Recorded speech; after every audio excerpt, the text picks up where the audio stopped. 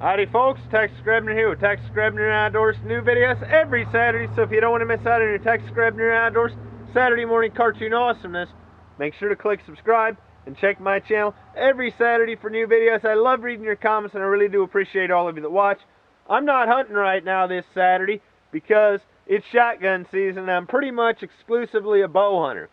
But I got to catch you guys up on what happened last week in Texas Grebner Outdoors Illinois Archery Season 2016.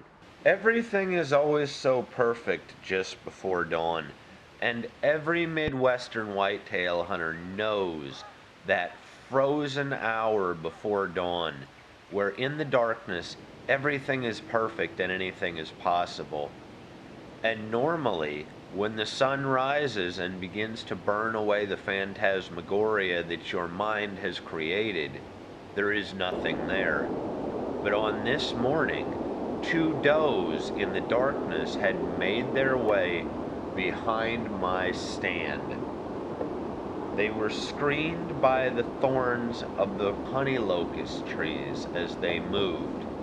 Now, while they stayed until the sun was high, I could not get a clear shot at them, and so I remained in the hoar-frosted tree. Every day of hunting is exactly the same, but every day of hunting is just a little bit different as the guns of the waterfowlers continued to thunder from the river. I watched deer from the full moon, well fed, walk back down the gully on the hillside, well out of range, focused on where they went, and hoped as this frost began to melt that they would make their way down my trail. It is a special kind of terrible beauty when the sun rises over the frosted woods, because the frost becomes smoke from the thermal radiation, but then freezes in the air. And as noontime bore down, after hours and hours of sitting, I realized that this hunt would come to a close. But I had been given a beautiful glimpse of the majestic whitetail. Closer and closer I seemed to be getting to my goal of a whitetail buck, as if I were zeroing a rifle to 1,000 yards, one click every shot. I desperately would like to kill a buck with a bow and arrow. Not just a bow and arrow, but with my traditional archery equipment. A buck that I can be proud of. But I do not hunt for joy of the kill. I hunt for joy of the chase. And I am perfectly contented to be outwitted and outmaneuvered and fail at the end of each day, as Hemingway said, provided that I do not compromise my ethics. Every day of hunting is exactly the same, but every day of hunting is just a little bit different. And you cannot know what will happen on a hunt until you have actually hunted. And I have a hunting story for you. You see, while I do not want to compromise my ethics, and while I do want to desperately get a buck that I can be proud of, even if I come up empty-handed, it's fine.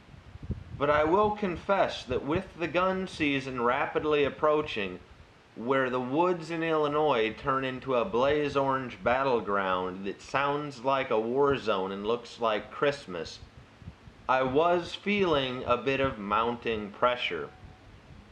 I had also moved my stand further down the hillside, and if you look straight across behind the pine tree, you will see one of my ground sets. And then, at the edge of dark, just beneath the stand tree that I had previously used before I moved, a buck came striding down the ragweed trail. And I could only throw my hands up and laugh at my own futility. During the rut, bucks tend to move at any time of day, and so as I reached my stand at midday, I was in for a long and potentially boring sit. Every day of hunting is exactly the same, but every day of hunting is just a little bit different. Different sights, different sounds, different smells, same primal emotions, great excitement, deep anticipation, perhaps deep disappointment, and always the potential for a moment of truth where life and death will hang in the balance. I could not have asked for a more perfect day for deer hunting. There was a chill in the air, the wind was perfect for this stand that I had hung by the light of the full moon.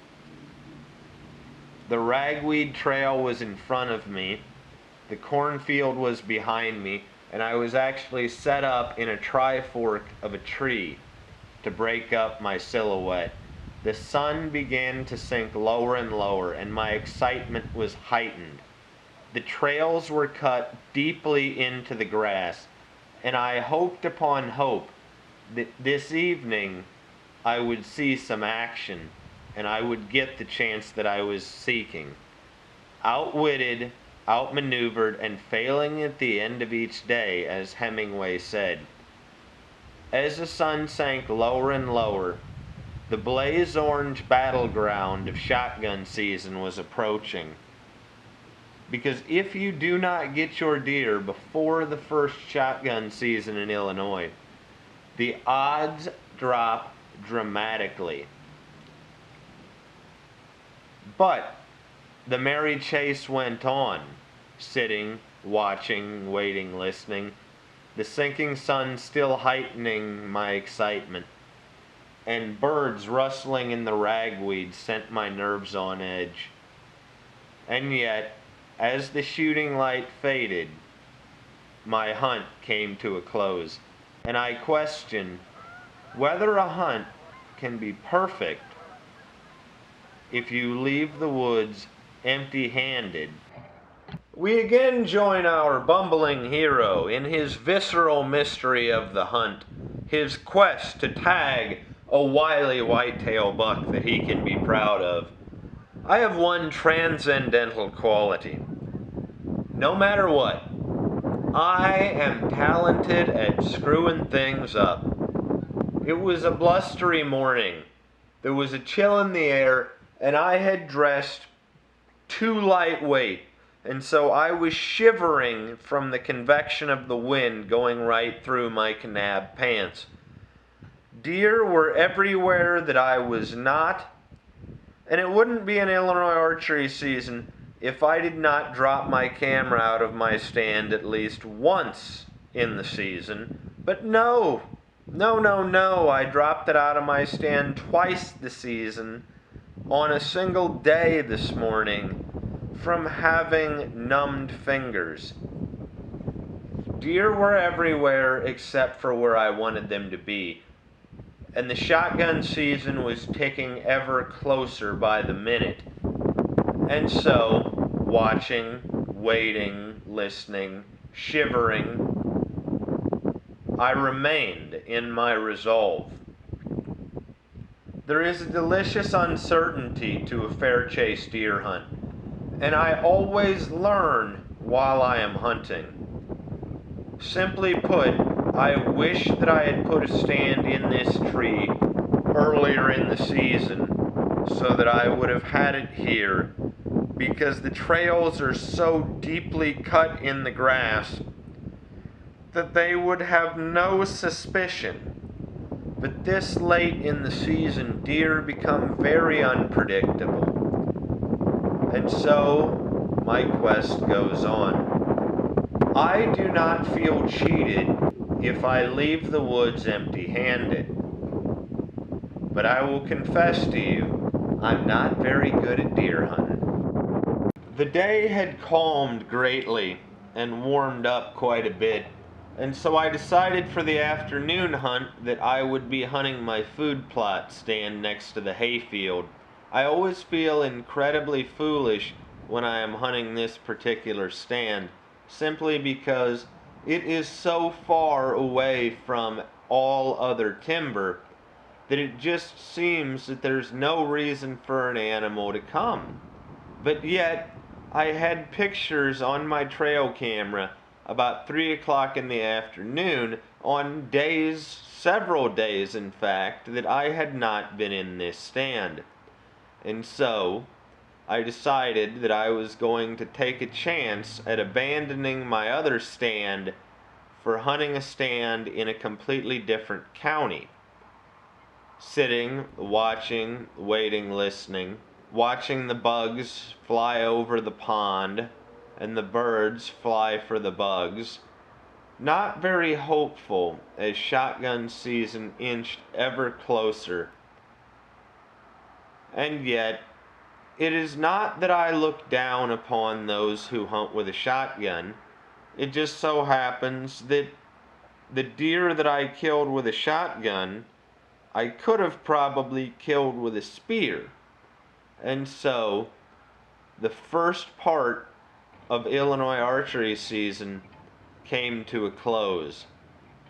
I am empty-handed, but my soul is full, for I have hunted and done my best.